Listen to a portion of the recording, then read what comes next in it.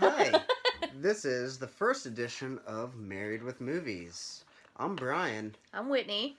I love movies. I don't. Yeah, so this is our first edition, so we're still trying to figure things out for this first episode. So each episode we'll do a different film, and if you have any suggestions for future movies or recommendations, you can leave them in the comments.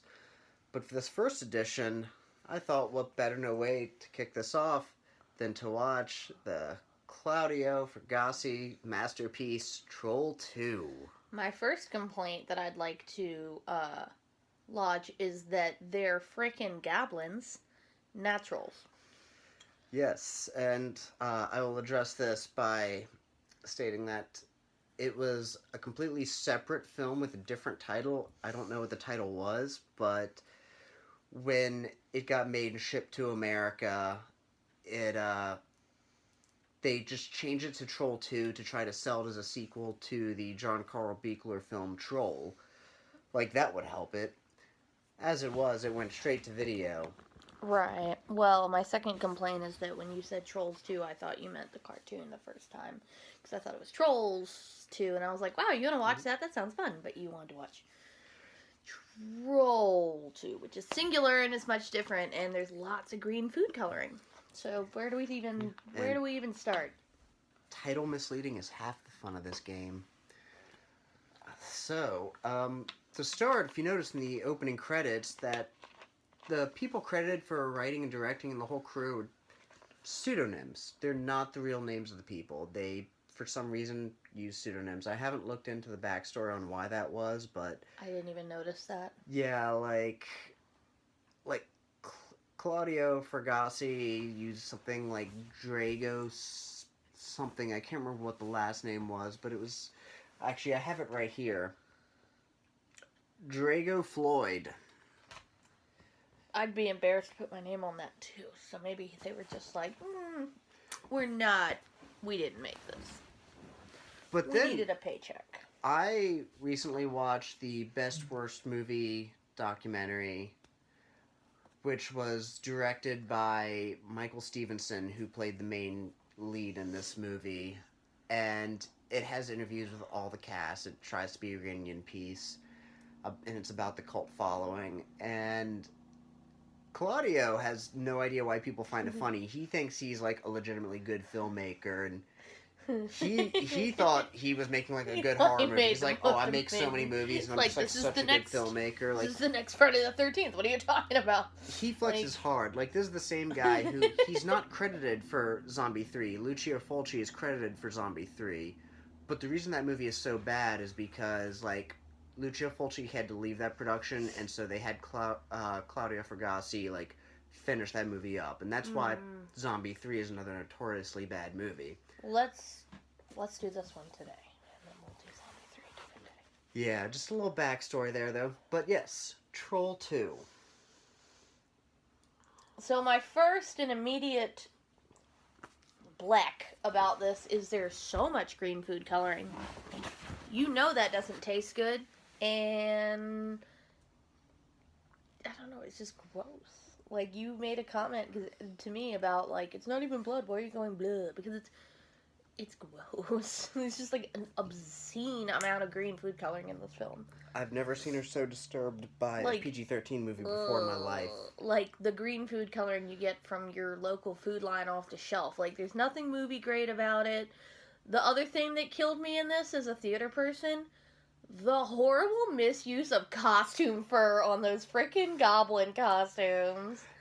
And to piggyback off that, I would like to note, like, I love that on the goblin costumes, they don't have eyes except for one who has the craziest eyes. One homeboy's eyes are like, whoa, and everybody else has no eyes. And it's like, what? Yeah. And then there's the goblin queen? Oh yeah, I figure we'll get to that. Okay, get into the story. Okay, so tell the story. It's about this family, and the youngest son, or the son, he's the only son, is visited by like the ghost presence of his deceased grandfather, who tells him this cautionary tale about these goblins. And warns him when his family is taking a trip. Some sort of, let me sidetrack here.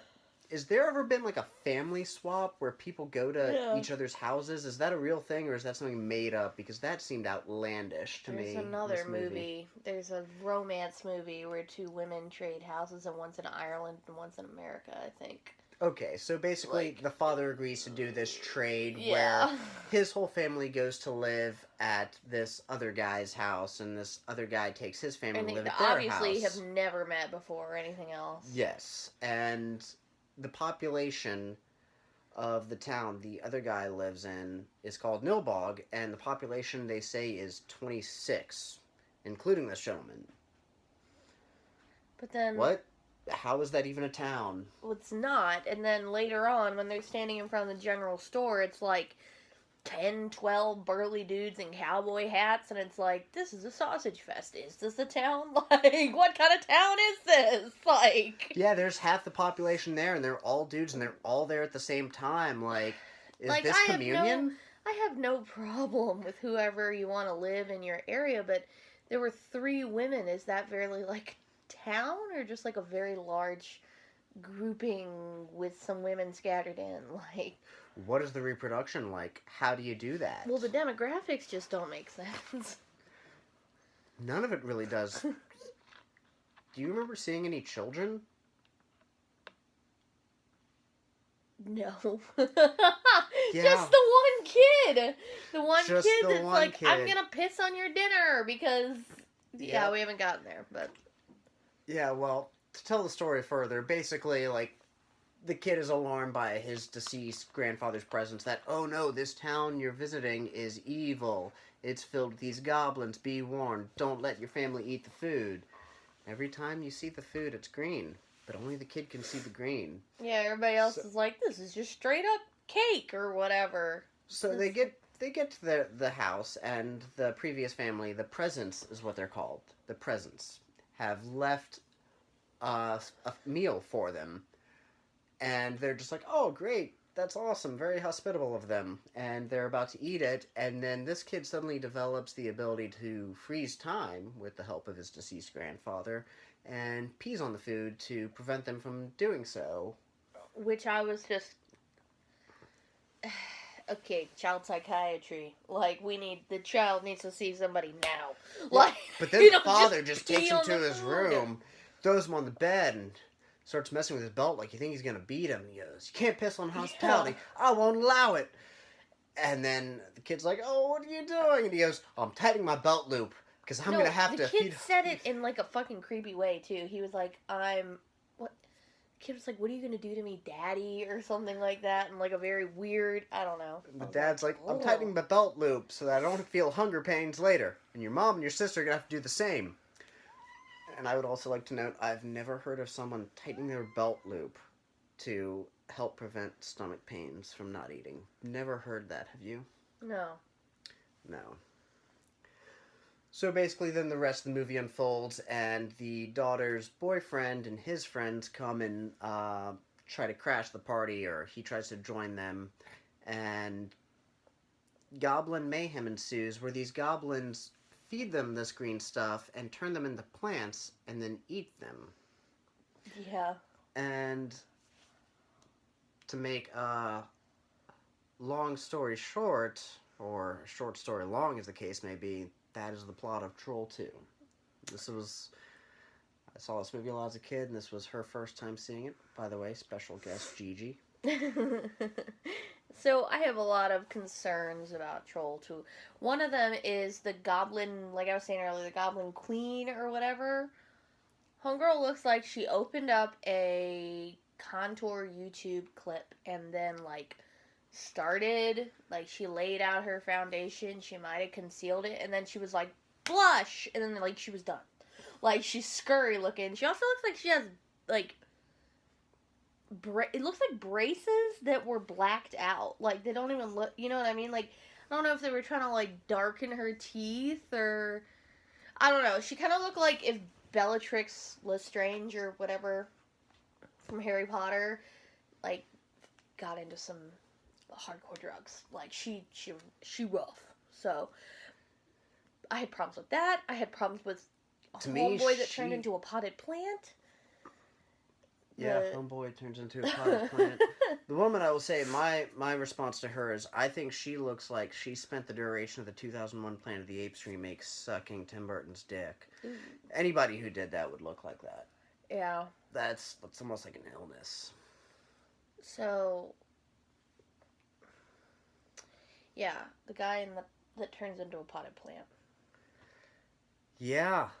Which, of course, leads to the classic line, they're eating her. Then they're going to eat me next. Oh my god! He shifts his pitch a couple times there, too. And it's like, wow, you're trying to carry your note, but you're not a good singer. It's like you're auditioning, but you can't bring it. The acting in this movie is top notch. Yeah, And the other thing that I wanted to definitely bring up, I don't know how you felt about this because we didn't really talk about it during the movie that much. So the lady, the queen or whatever with the corn, and she's like, "Oh, I'm sexy. I'm in a sexy outfit," and she has a cob of corn tucked into her waistband to seduce the dude, and I was like, okay, corn, right? And then there's the whole scene where he's like, I like popcorn. She's like, we just have to make it hot, and the popcorn pops. Not only that, like, they're making out with the cob between the two, just eating the cob furiously. Yeah. And then it starts popping. But then that's it. Like, he doesn't get turned into plant food because he ate the corn that we see, or become a goblin that we see or can assume. Why did we do this scene with the corn? What was that? What was it? Like, well, you don't have an answer? No, honestly not. Like, this is why I don't like movies.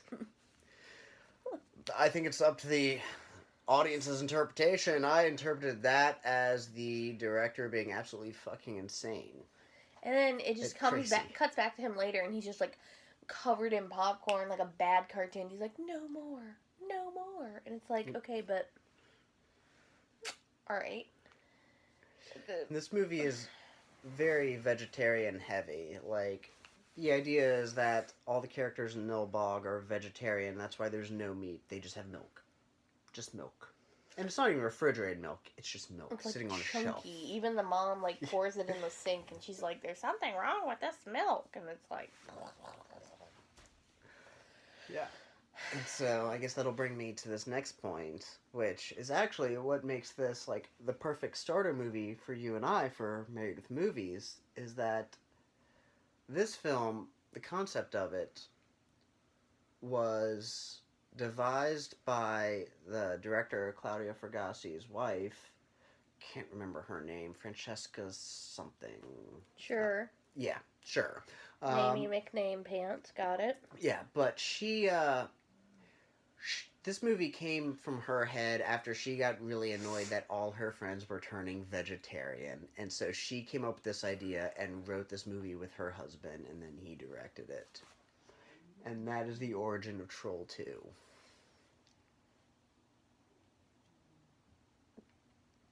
Because she was mad. Okay. Yeah. I had not told Whitney this prior, so this is the first time she has heard this fact.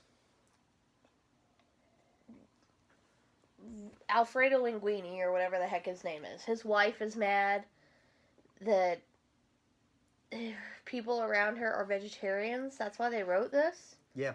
Her friends were turning vegetarian and she got annoyed, so she wrote this.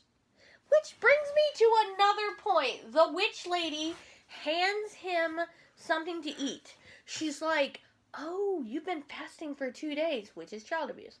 But she's like, you've been fasting for 2 days. Here, eat some food. And he's like, wow, a double-decker bologna sandwich, which, keep in mind, it looked like 2 rolls of bologna. And what does she say? Think of the cholesterol? And think of the nitrates or something like that. And I'm like, you knew what you were giving him. You handed it to him. Literally, she's like, "Here, eat this." Oh my god, bologna! And like freaks out. I was distracted by the fact this kid would be so ecstatic to eat like 2 packs worth of bologna Dude, on 2 after slices 2 of days, bread. after 2 days, I'd eat some bologna on some bread too. But I like, would throw that bologna away and be like, bread, yes. I just Unless you fried the bologna. If I you had a don't fry. If you had a understand. pan. Don't understand why. I don't know. That one just didn't do it for me. I'm like, you just freaking handed it to him. So let's talk about Grandpa Seth a little bit because I have mixed feelings. Yes. Grandpa Seth. So at the beginning, I was getting kind of this like, oh hey Gigi, sort of this what's that movie?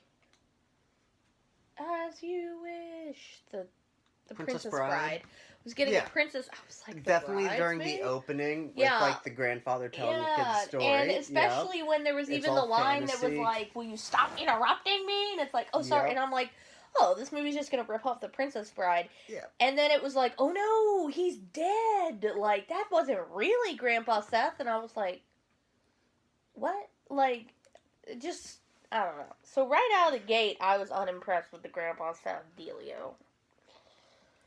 But To me, what kills me about this movie is at the end when there's like a showdown between like the head of the goblin community, like the figurehead Yeah. of this supposed Nilbog town, and Grandpa Seth and the kid, like, and the guy basically kills Grandpa Seth and quote unquote sends him back to hell or whatever. The kid is crying like, "No, Grandpa, no," and it's like, "Oh no, your dead grandpa's gonna die." again, Ooh, well.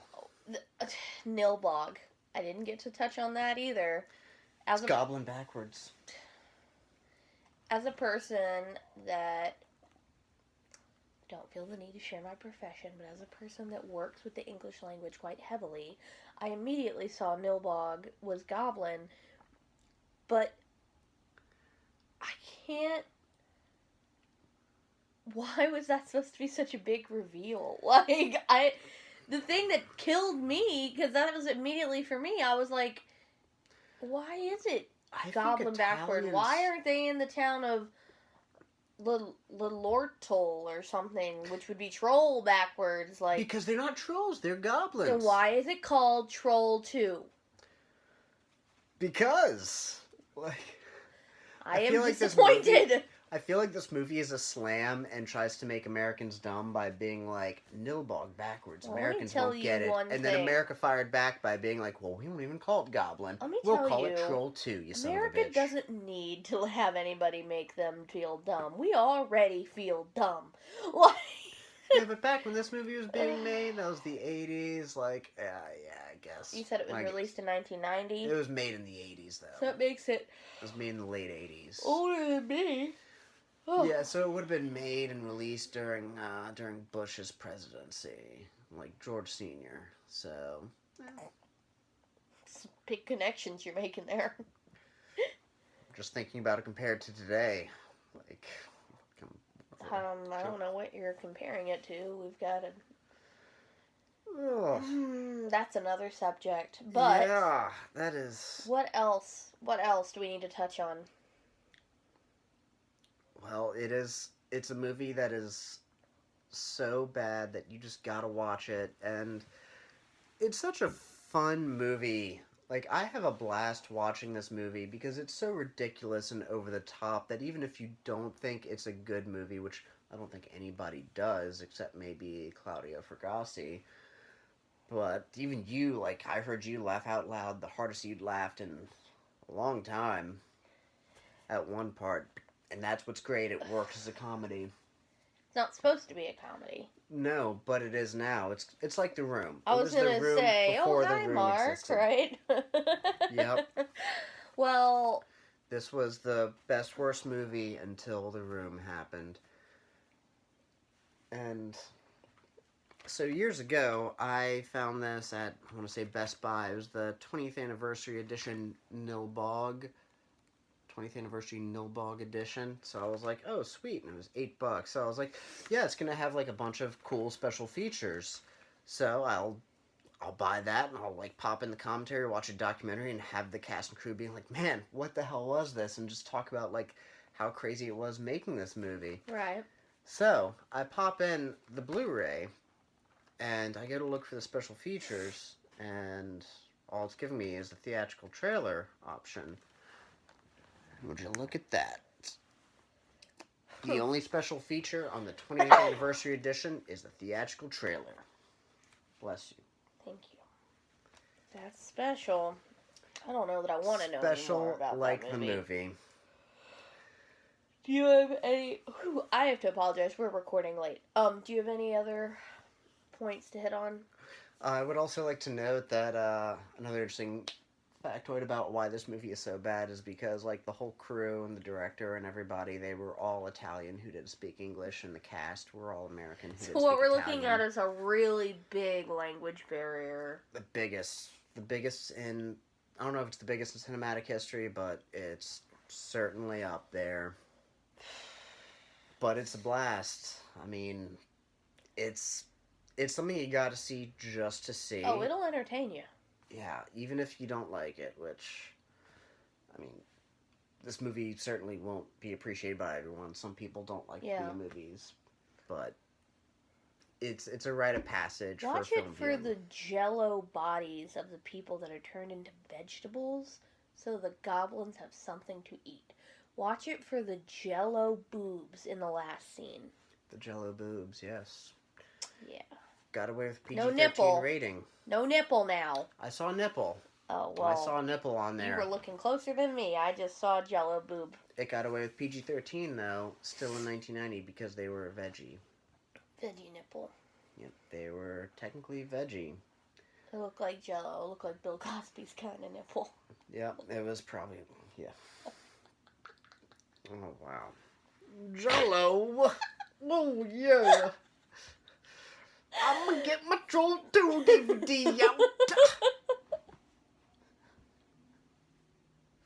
We need... And I'm fixing to watch the goblins! Oh my god. Alright. So rate the movie 1 to 10. 0 is the biggest dumpster fire you've ever seen in your life, and 10 is an amazing cinematic masterpiece.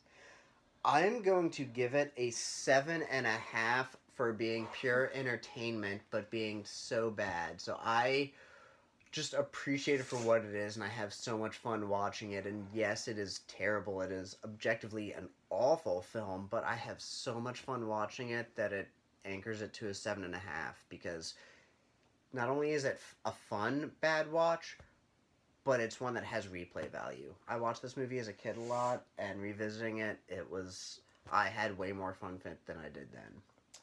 I'm gonna knock it at a straight 5. Down the middle. Right down the middle. Because it was enjoyable for the comedy to an extent, but it was not good.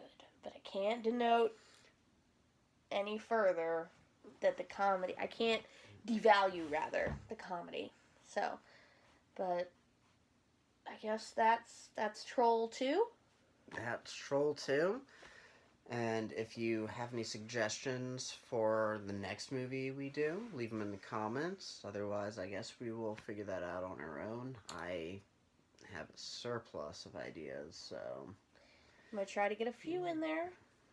But, thanks for watching our first episode of Married with Movies. Like and subscribe, please. Yeah, and we'll try to keep putting out content for you.